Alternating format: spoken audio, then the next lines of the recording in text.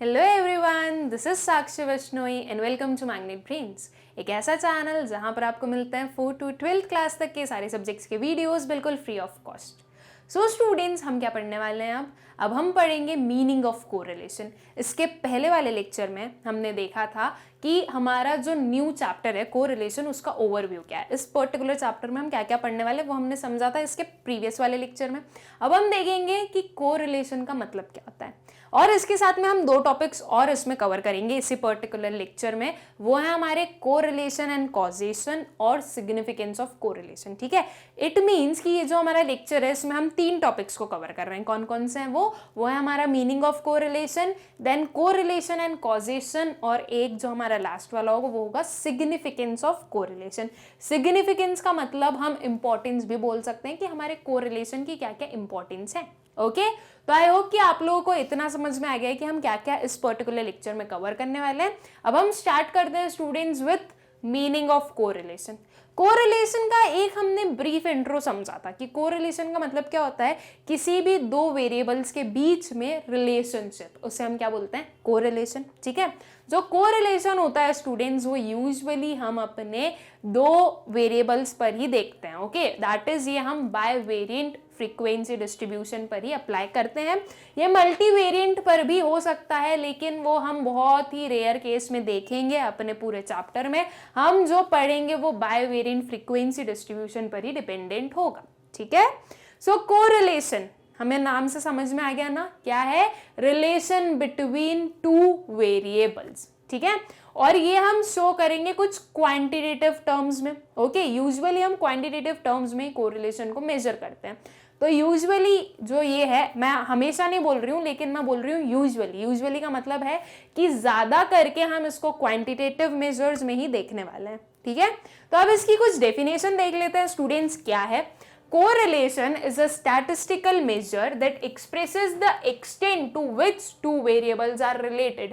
क्या बताता है हमें कोरिलेशन, दो वेरिएबल्स किस एक्सटेंट तक एक दूसरे से रिलेटेड है, ये चीज बताएगा। अगर प्राइस में इंक्रीज हो रहा है तो प्राइस में इंक्रीज के कारण डिमांड कितनी डिक्रीज हो रही है, किस एक्सटेंट तक डिक्रीज हो रही है, ये रिलेशनशिप कौन बताएगा हमें, ये बताएगा हमें कोरिलेशन। ठीक है, हम यूजुअली स्टूडेंट्स अब इकोनॉमिक्स पढ़ रहे हैं तो हम इकोनॉमिक्स के ही एग्जांपल्स लेंगे ताकि आप लोगों के जो कंसेप्ट है वो भी बार बार रिवाइज होते रहें और आप लोगों को थोड़ा सा आप जो आपके वर्ड्स है उनके साथ में फेमिलियर भी होते रहें। ठीक है, सो कोरिलेशन हमें क्या बताता है, वो एक्सटेंट, एक एक्सटेंट बताता है जिस तक हमारे दो वेरिएबल्स कोरिलेटेड होते हैं। ओके, इसे हम बहुत अच्छे से समझेंगे कि कैसे क्या क्या डिक्रीज होती है, क्या क्या टाइप्स होते हैं, ये सब कुछ हम समझेंगे इस पर्टिकुलर लेक्चर में। हमारा मोटिव क्या है, सिर्फ कोरिलेशन के सिंपल मतलब को समझना।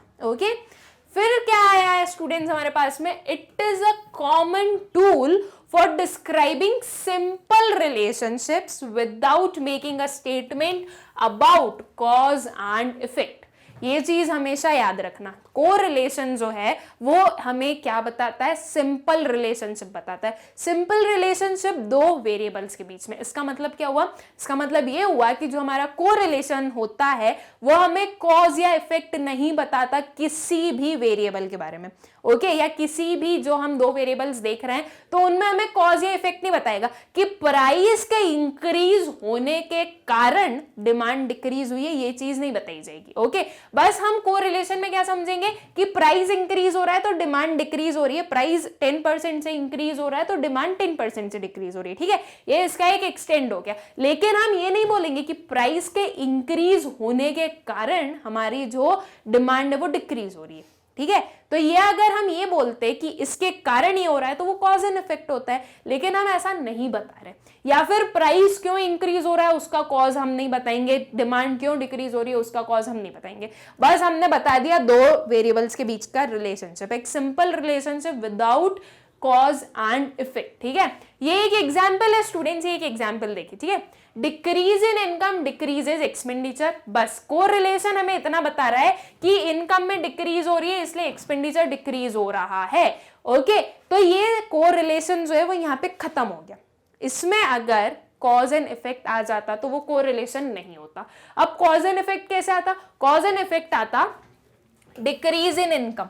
इनकम क्यों डिक्रीज हो रही है उसके रीजंस हो सकता है कि अगर कोई सैलरीड एम्प्लॉय है तो सैलरी कम हो गई, कोई अगर बिजनेस है तो सेल्स कम हो गया। ये इसके कॉजेज हो सकते हैं ना कि डिक्रीज इन इनकम के कॉजेज क्या हैं, राइट? तो डिक्रीज इन इनकम के ये जो कॉजेज है ये हम बता ही नहीं रहे, हम तो बस बता रहे हैं कि जो आपकी इनकम है वो डिक्रीज हो रही है, ठीक है। और यहां पर भी सही तो ये होगा कि मैं ये बोलूं decrease in income, decrease in expenditure, okay. Decrease in expenditure नहीं, डिक्रीज इन एक्सपेंडिचर, ठीक। ये चीज बोलना ज्यादा सही रहेगा, क्योंकि अगर मैं ये बोल रही हूँ decrease in income decreases expenditure, तो एक्सपेंडिचर के डिक्रीज होने का कारण पता चल जाएगा। और हमें कारण ही तो पता नहीं करना है। कोरिलेशन जो है वो हमें कोई भी कॉज या इफेक्ट नहीं समझाता है। जो कोरिलेशन होता है वो सिर्फ हमें बताता है दो वेरिएबल्स के बीच का रिलेशनशिप। इनकम डिक्रीज हो रही है तो एक्सपेंडिचर भी डिक्रीज हो रही है, या एक्सपेंडिचर डिक्रीज हो रहा है तो इनकम भी डिक्रीज हो रही है, हम ये भी बोल सकते हैं, ओके। ऐसा कुछ नहीं है कि इनकम डिक्रीज हो रही है इसीलिए एक्सपेंडिचर डिक्रीज हो रहा है। हम ये जो लॉजिक्स है ना वो अपने कोरिलेशन में अप्लाई नहीं करते हैं, ठीक है।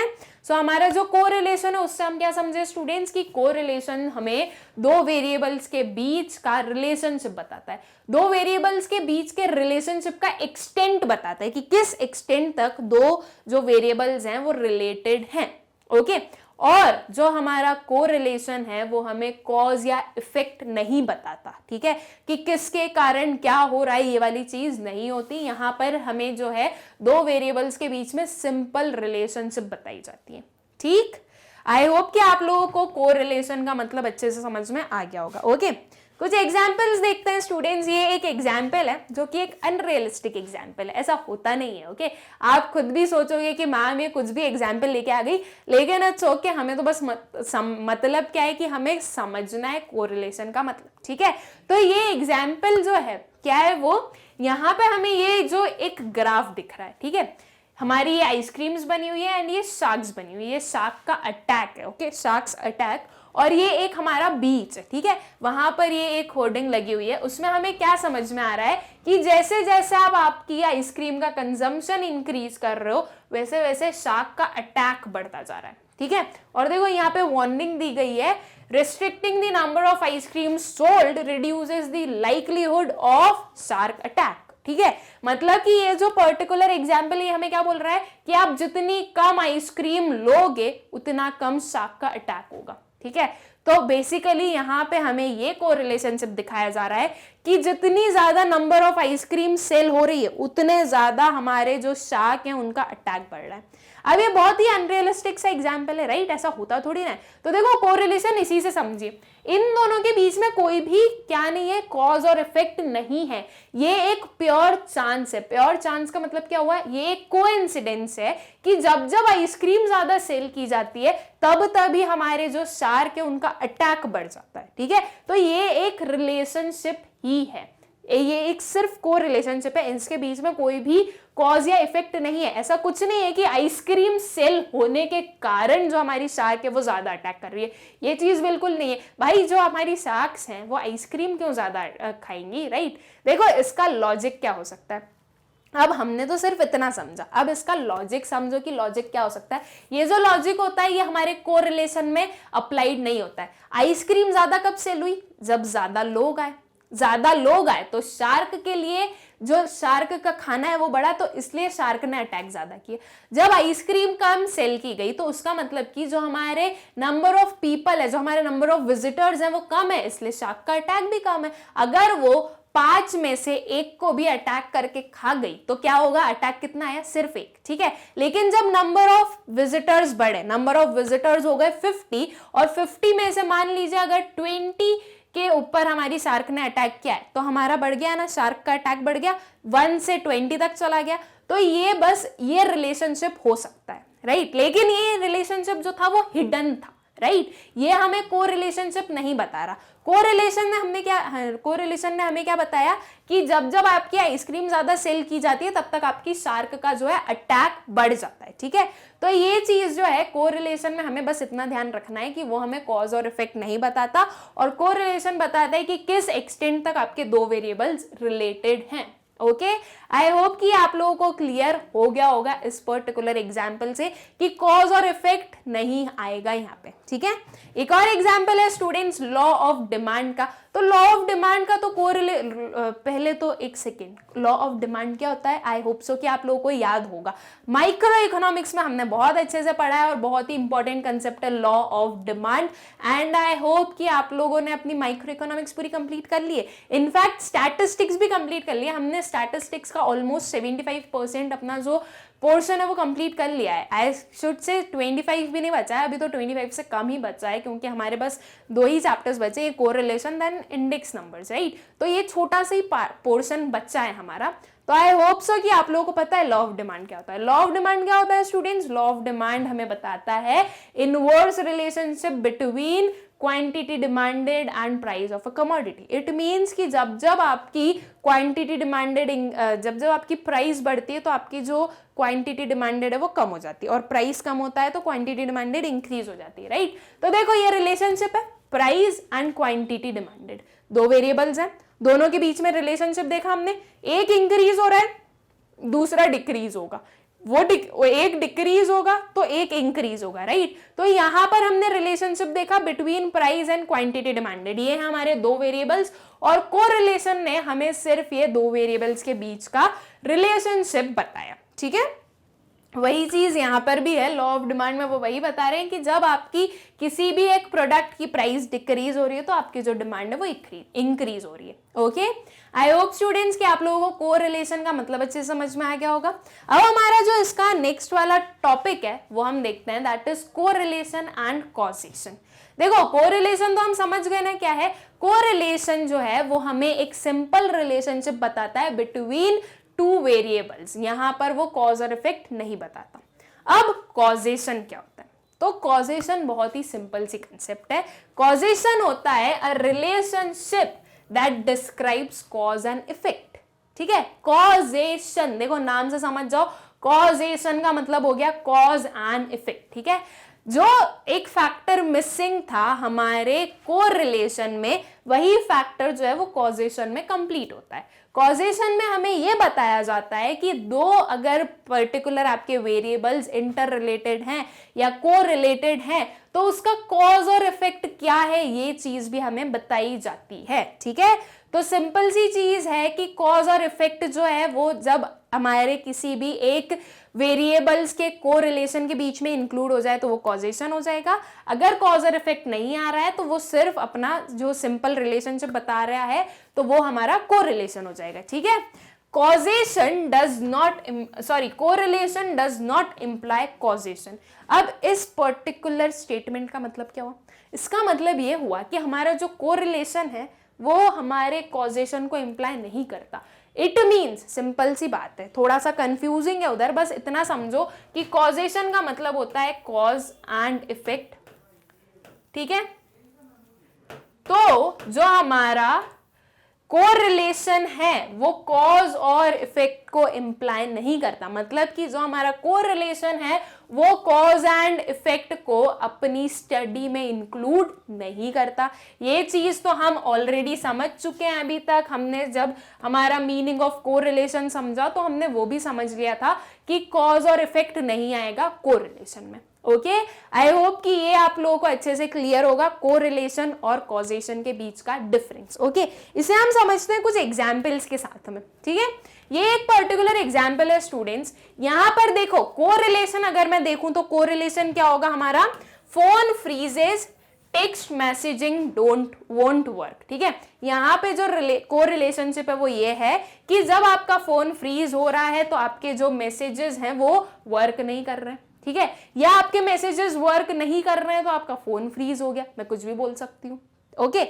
अब देखो यहाँ पे अब कुछ भी तो मैं नहीं बोल सकती हूँ, अपना ये एक कॉमन सेंस वाली बात हो गई कि यार मैसेजेस नहीं जा रहे हैं या मैसेजेस वर्क नहीं कर रहे हैं तो इसका मतलब फोन फ्रीज हो गया, ठीक है। लेकिन फोन फ्रीज हुआ है इसके कारण मैसेजेस नहीं जा रहे हैं, ठीक है। तो ये चीज हम समझ गए, ये हुआ हमारा कोरिलेशन। अब यहां पर अगर मैं कॉजेशन इंक्लूड करूं तो कॉजेशन क्या हो जाएगा? देखो कॉजेशन क्या हो गया? कॉज और इफेक्ट बताना है हमें। लैक ऑफ रैम, आपका जो मोबाइल है उसमें जो रैम है उसकी डेफिशिएंसी है, मतलब वो हमारी जो रैम है वो कम है, ठीक है।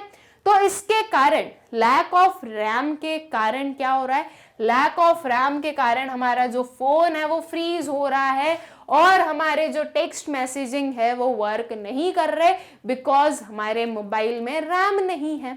ओके, तो ये लैक ऑफ रैम के क्या कॉजेज हुए, ये दो कॉजेज हुए कि फोन फ्रीज हो गया और टेक्स्ट मैसेजिंग वर्क नहीं कर रहे। और कोरिलेशन क्या हुआ, कोरिलेशन में हमने सिर्फ इतना पार्ट देखा, ठीक है। तो आई होप कि आप लोगों को कॉजेशन और कोरिलेशन के बीच का डिफरेंस समझ में आ गया होगा। ओके, एक और एग्जाम्पल देखते हैं, अगर नहीं आया होगा तो इससे तो आ ही जाएगा, अब तो आ जाएगा, ठीक है। रन्स आउट ऑफ बैटरी, आपका जो पीसी है वो उसकी बैटरी खत्म हो गई, ठीक है, बैटरी डेड हो गई। तो अब बैटरी डेड हो गई तो इसका कॉस्ट क्या होगा या इसका क्या इफेक्ट होने वाला है, राइट। जो आपकी बैटरी डेड हो गई तो उसका इफेक्ट क्या होगा, उसका इफेक्ट होगा कंप्यूटर शट हो गया, राइट। ये होगा कंप्यूटर शट हो जाएगा और क्या हो जाएगा, और जो आपका वीडियो प्लेयर है वो भी वर्क नहीं कर रहा है। ओके, ये दो हमने अपने इफेक्ट निकाले किसके, जब आपकी जो कंप्यूटर है उसका अगर बैटरी डेड हो गई है तो, ठीक है। अब हमने जो है ये तो हो गया हमारा कॉजेशन कि इसके कारण ये हुआ। अब कोरिलेशन क्या हो गया, कोरिलेशन ये हुआ कि कंप्यूटर शट हो गया इसलिए आपका वीडियो प्लेयर जो है वो वर्क नहीं कर रहा, राइट। इन दोनों के बीच का रिलेशनशिप जो हो गया वो हो गया कोरिलेशन। कोरिलेशन ने ये सारी चीजों को ध्यान में नहीं दिया कि कंप्यूटर शट क्यों हुआ, इस चीज को हम ध्यान नहीं दे रहे। अगर इसको हम कॉजेशन, अगर हम यहाँ पर कॉजेशन ले तो कॉजेशन क्या करेगा, वो पहले फाइंड आउट करेगा कि कंप्यूटर शट क्यों हुआ, शट होने का रीजन क्या है। ऐसी थोड़ी ना हो गया कि चलते चलते बंद हो गया, ऐसा वाला तो नहीं होगा ना। शट होने का रीजन क्या है वो हम फाइंड आउट करेंगे अपने कॉजेशन में।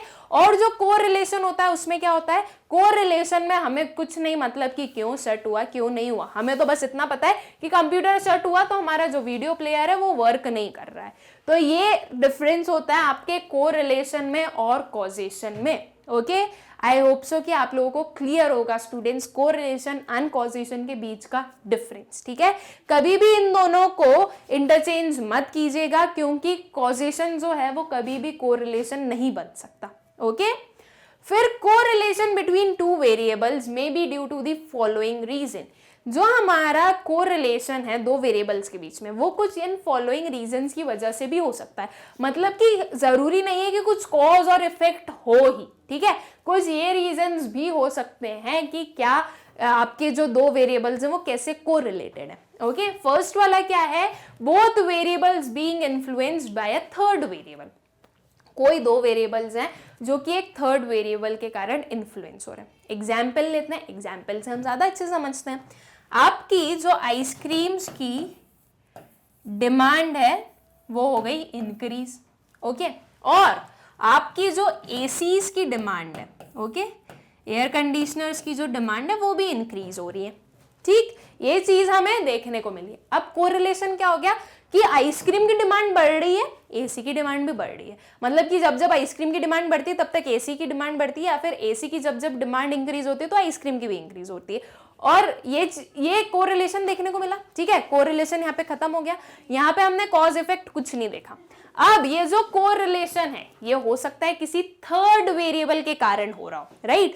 अब मान लीजिए इसका थर्ड वेरिएबल क्या हो गया, इसका थर्ड वेरिएबल हो गया टेम्परेचर, ओके। तो अब ये थर्ड वेरिएबल टेम्परेचर इंक्रीज हो रहा है इसलिए आइसक्रीम की डिमांड इंक्रीज हो रही है और एसीज की डिमांड इंक्रीज हो रही है। तो ये जो हमने इन दोनों के बीच में कोरिलेशन बताया किससे इन्फ्लुएंस हुआ था, ये हमारे टेम्परेचर से इंक्रीज हुआ था, राइट, इन्फ्लुएंस हुआ था। यहाँ पे जो टेम्परेचर है उसके कारण हमारी इन दोनों जो वेरिएबल्स है ये इनके बीच में हमें कोरिलेशन दिखा था। टेम्परेचर बढ़ रहा है इसका मतलब कि हमारी जो गर्मी है वो तेज हो रही है, राइट। समर्स में ऑब्वियसली गर्मी बहुत होती है तो हमें आइसक्रीम अच्छी लगती है ठंडी ठंडी, और जो हमारे एसीज हैं वो भी हमें बड़े अच्छे लगते हैं कि भाई थोड़ा अच्छा रहेगा ना, ठंडा ठंडा लगेगा। तो ये कोरिलेशन किसके कारण हुआ, एक थर्ड वेरिएबल के कारण हुआ, ओके। फिर उसके बाद में क्या रिलेशनशिप हो सकता है, mutual dependence, okay, cause and effect.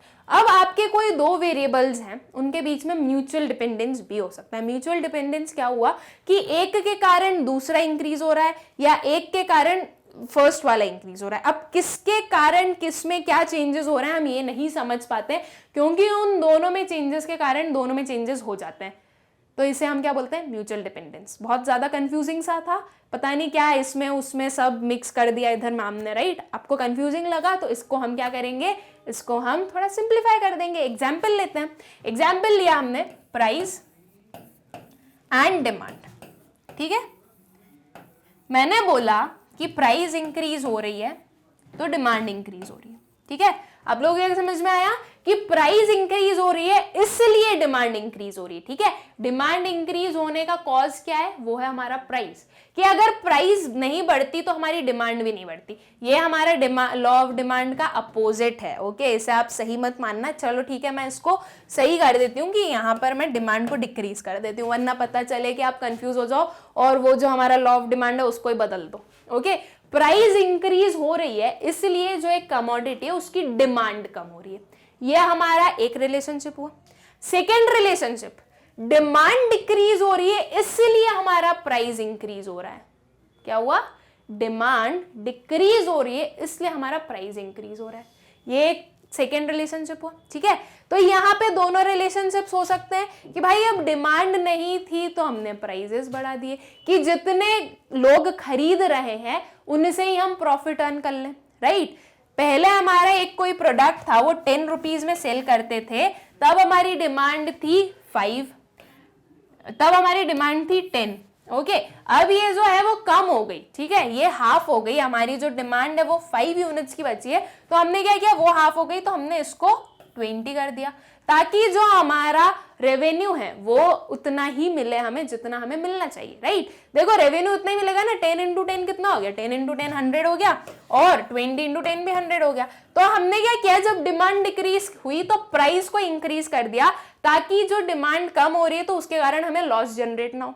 तो यहाँ पे दो रिलेशनशिप हुए, ये जो प्राइस है वो अफेक्ट कर रही है हमारे डिमांड को, ओके, और जो डिमांड है वो अफेक्ट कर रही है हमारी प्राइस को। तो अब इन दोनों में से कौन सा रिलेशनशिप सही है? क्या इसके कारण वो कम हो रही है, वो कम हो रही है इसलिए ये ज्यादा हो रहा है? तो ये हम नहीं बता सकते। ये एक म्यूचुअल डिपेंडेंस हो गया कि आपकी जो दो वेरिएबल्स हैं वो एक दूसरे के ऊपर डिपेंडेंट है। हम नहीं बता सकते कि किसके कारण क्या हो रहा है या किसके कारण क्या हो रहा है, ठीक है। तो ये एक रीजन, ये एक हमारा कोरिलेशन हो सकता है, ठीक। फिर आता है हमारा ट्रू चांस। ट्रू चांस का मतलब क्या हुआ? ट्रू चांस का मतलब हुआ हमारा कोइंसिडेंस, ठीक है। कोइंसिडेंस हम समझते हैं ना, मतलब ऐसा होना नहीं था, वो अपने आप हो रहा है कुछ भी, राइट, उसे हम कोइंसिडेंस बोलते हैं। कोई भी एक इंसिडेंट होना जिससे के लिए, जिसकी हमने कहीं पर भी कुछ भी प्लानिंग नहीं की हो, वो अपने आप हो रही है, ठीक है। एग्जाम्पल बताऊं, अभी हमने एक एग्जाम्पल देखा था शार्क एंड आइसक्रीम का। तो ये एक कोइंसिडेंस है स्टूडेंट्स, कि जब आइसक्रीम की सेल जो है वो बढ़ती है अगर, तो आपकी जो शार्क का अटैक है वो इंक्रीज होता है, ठीक है। उसके प्रीवियस वाली चीजों पर मत जाओ कि क्या क्या मैम ने उसके लॉजिक्स बताए थे, उस चीज को मत जाओ। आपके पास में सिर्फ इतना डेटा है कि आइसक्रीम की जो सेल्स है वो अगर बढ़ रही है तो आपका जो शार्क का अटैक है वो भी बढ़ रहा है, ठीक है। अगर सिर्फ इतना कंसेप्ट दिया और आपको बोला है इसके आगे पीछे आपको कुछ नहीं सोचना है, बस इतना ही है, तो ये एक सिर्फ हम क्या बोलेंगे कि एक ट्रू चांस है। यहाँ पर ये दोनों कहीं से कहीं तक कोरिलेटेड नहीं है, लेकिन फिर भी हम देख रहे हैं कि जो आइसक्रीम में सेल्स का इंक्रीज है तो शार्क के अटैक का इंक्रीज है। तो ये जो है ये क्या है, ये है एक ट्रू चांस, ठीक है। तो हमारा जो कोरिलेशन है वो कुछ इन रीजंस के हो सकता है, ओके। आई होप कि आप लोगों को क्लियर होगा।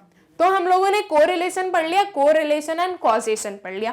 अब जो हमारा इसमें थर्ड वाला टॉपिक जो हम पढ़ने वाले थे वो क्या है, सिग्निफिकेंस ऑफ कोरिलेशन। तो सिग्निफिकेंस ऑफ कोरिलेशन क्या होता है वो समझ लेते हैं।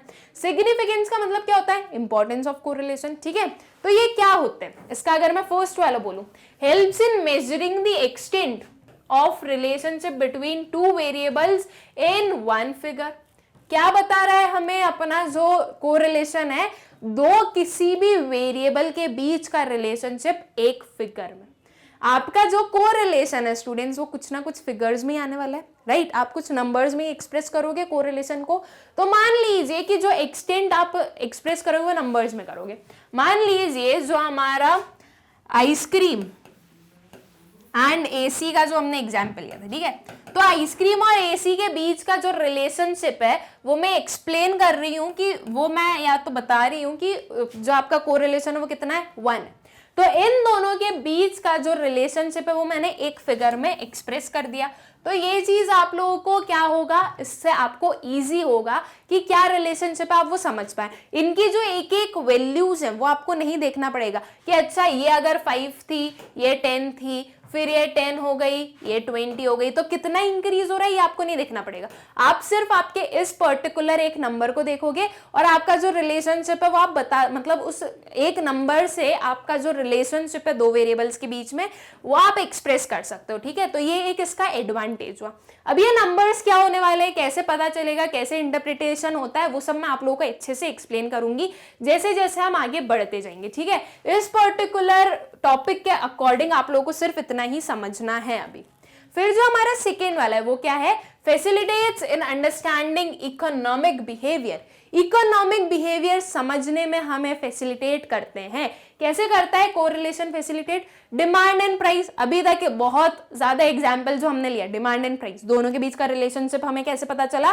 कोरिलेशन से, कि हाँ दोनों कोरिलेटेड हैं। सप्लाई एंड प्राइस, सप्लाई और डिमांड कैसे कोरिलेटेड है? इकोनॉमिक बिहेवियर, ठीक है? जब आपका रेनी सीजन आ रहा है, जब आपका रेनी सीजन हुआ था तो रेनकोट्स एंड अम्ब्रेलास की जो आपकी डिमांड थी वो इंक्रीज हो गई। तो ये इकोनॉमिक बिहेवियर बता रहा है कि कब कौन सी चीज के डिमांड होती है, कब कौन सी चीज की सप्लाई ज्यादा होती है, किस प्राइस पर ज्यादा डिमांड होती है किसी भी एक प्रोडक्ट की, या किस प्राइस पर कोई भी एक प्रोड्यूसर सप्लाई करना चाहता है। तो ये इकोनॉमिक बिहेवियर, ये जितने भी हमने अपने इकोनॉमिक टर्म्स पढ़े ना, उन सब के बीच का रिलेशनशिप हमें कौन बता रहा है? हमारा कोरिलेशन बता रहा है, ठीक है? फिर facilitates the decision making in the business world. Business world में हेल्प करता है डिसीजन मेकिंग में। कैसे हेल्प करेगा स्टूडेंट्स? सिंपल सी चीज है, बिजनेस में आप सबसे ज्यादा क्या किस चीज पर डिसीजंस लोगे? डिसीजंस लोगे आपका रेवेन्यू कैसे इंक्रीज किया जाए, आपके लॉसेस कैसे कम किए जाएं, आपके एक्सपेंडिचर्स कैसे कम किए जाएं। तो ये सारी चीजें रिलेशनशिप से ही तो पता चलेगी। रेवेन्यू कैसे इंक्रीज होगा? सेल्स बढ़ाकर, ठीक है? सेल्स कैसे इंक्रीज होगी? सेल्स इंक्रीज होगी जब हम अपनी जो प्रोडक्ट है उसकी एडवर्टाइजिंग बहुत ज्यादा करेंगे तो लोग उसे परचेज करने आएंगे। तो सेल्स का रिलेशनशिप कहां से आया? एडवर्टाइजिंग से। एडवर्टाइजिंग से हमें पता चला कि हमारे एक्सपेंडिचर्स भी इंक्रीज हो जाएंगे। तो हमें ऐसा एडवर्टीजमेंट चूज करना है जो कि अप्रोप्रिएट भी हो और जिसमें एक्सपेंडिचर्स भी कम हो। तो ये ऐसे कर करके लिंक हो के आपकी जो सारे डिसीजंस है वो हम किसके हेल्प से ले सकते हैं? कोरिलेशन की हेल्प से। जो आपका कोरिलेशन है वो हेल्प करता है, वो आपको बताता है कौन सी पर्टिकुलर वेरिएबल किससे रिलेटेड है, कैसे रिलेटेड है, और ये सारी चीजें, ठीक है? सो आई होप स्टूडेंट्स कि आप लोगों को ये तीनों जो पॉइंट्स है ये अच्छे से क्लियर हो गए होंगे कि क्या सिग्निफिकेंस होते हैं हमारे कोरिलेशन के। ओके सो स्टूडेंट्स, इस लेक्चर में हमने जितना भी पढ़ा आई होप सो कि आप लोगों को क्लियर है। हमने पढ़ा कोरिलेशन, कोरिलेशन एंड कॉजेशन और सिग्निफिकेंस ऑफ कोरिलेशन। बहुत ही सिंपल सा टॉपिक था और बहुत ही सिंपल सा कंसेप्ट है हमारा कोरिलेशन, राइट? अब हम हमारे नेक्स्ट लेक्चर में देखेंगे स्टूडेंट्स टाइप्स ऑफ कोरिलेशन। क्या क्या डिफरेंट टाइप ऑफ कोरिलेशन होता है वो हम समझेंगे। एंड इस वीडियो की नोट्स की लिंक आप लोगों को डिस्क्रिप्शन में मिलेगी, आप लोग जाकर चेक कर सकते हैं। Thank you.